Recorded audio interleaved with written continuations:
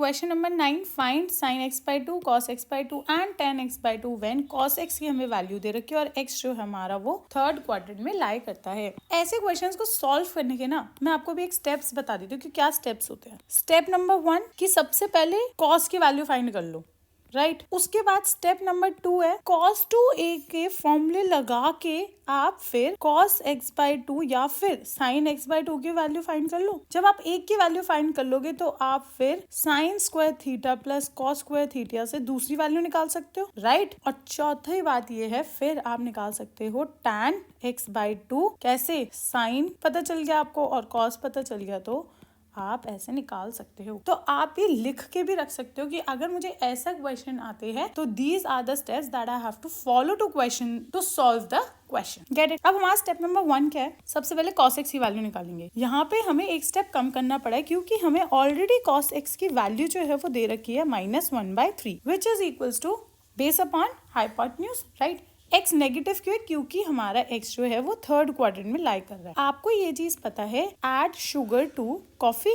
हमारा यहाँ पर x जब थर्ड क्वाड्रेंट में है तो वहां पर हमारा सिर्फ tan और cot पॉजिटिव होगा, बाकी सारे चीजें नेगेटिव होगी। आप इससे एक कंक्लूजन ये भी ड्रॉ कर सकते हो कि हमारा जो x है वो 180 डिग्री से 270 डिग्री के बीच में। तो हमारा x/2 किससे बीच में होगा? 90 से 135।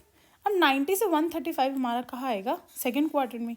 दैट मीन्स कि हमारा जो x/2 होगा वो बिलोंग करेगा सेकेंड क्वाड्रेंट को। ये हमें हेल्प करेगा जब हम आगे साइन पुट करेंगे ना वैल्यूज निकाल के, तब this will help us. Got it? अब हम आगे चलते हैं। हमने cos x की वैल्यू निकाल ली है। आगे हमें दे रखा है cos 2a की मदद से हमें cos x/2 या sin x/2 की वैल्यू हम निकाल सकते हैं। तो we know that cos 2a is equals to 2 cos square a minus 1, right. तो हम क्या बोल सकते हैं? अगर हम cos x पता है हमें तो हम यहाँ पर लिख सकते हैं 2 cos square x/2 minus 1। cos x की वैल्यू है -1/3, 2 cos square x/2 minus 1। ये -1 वहां जाके क्या बन जाएगा? +1। तो यहाँ पर हम लिख सकते हैं 1 - 1/3 is equals to 2 cos square x/2। 3 - 1 will be 2/3 is equals to 2 cos square x/2। 2/3 इधर जाके 2 डिवाइड हो जाएगा, उधर क्या बचेगा? cos square x/2। अब हम यहाँ पे 2 से 2 कट कर सकते हैं तो what we are going to be left with is 1/3 is equals to cos square x/2। अब हमें रूट हटाने के लिए दोनों साइड अंडर रूट करना पड़ेगा, राइट। तो जब हम अंडर रूट कर रहे हैं तो प्लस माइनस दोनों का साइन आएगा, पर हमारा x/2 सेकंड क्वाड्रेंट में लाई करता है और सेकंड क्वाड्रेंट में हमारे पास साइन और कोसेकेंट पॉजिटिव होता है, बाकी सब नेगेटिव होते हैं। तो हम यहाँ पर किसका साइन लगाएंगे? माइनस का। समझ आया? अब हम क्या बोल सकते हैं? cos x/2 is equals to -1/√3। Got it? तो हमें cos x/2 की वैल्यू पता चल गई। अब हम cos x/2 से कौन सा फॉर्मूला लगाएंगे? अब sin square theta plus cos square theta is equals to 1। तो इसकी मदद से हम sin स्क्वायर x/2 की वैल्यू भी निकाल लेंगे। sin स्क्वायर x/2 की वैल्यू हमें नहीं पता, अभी वही तो निकाल रहे हैं। -1/√3 का whole square is equals to 1। sin square x/2 plus -1 का होल स्क्वायर विल बी 1, √3 का whole square will be 3 is equals to 1।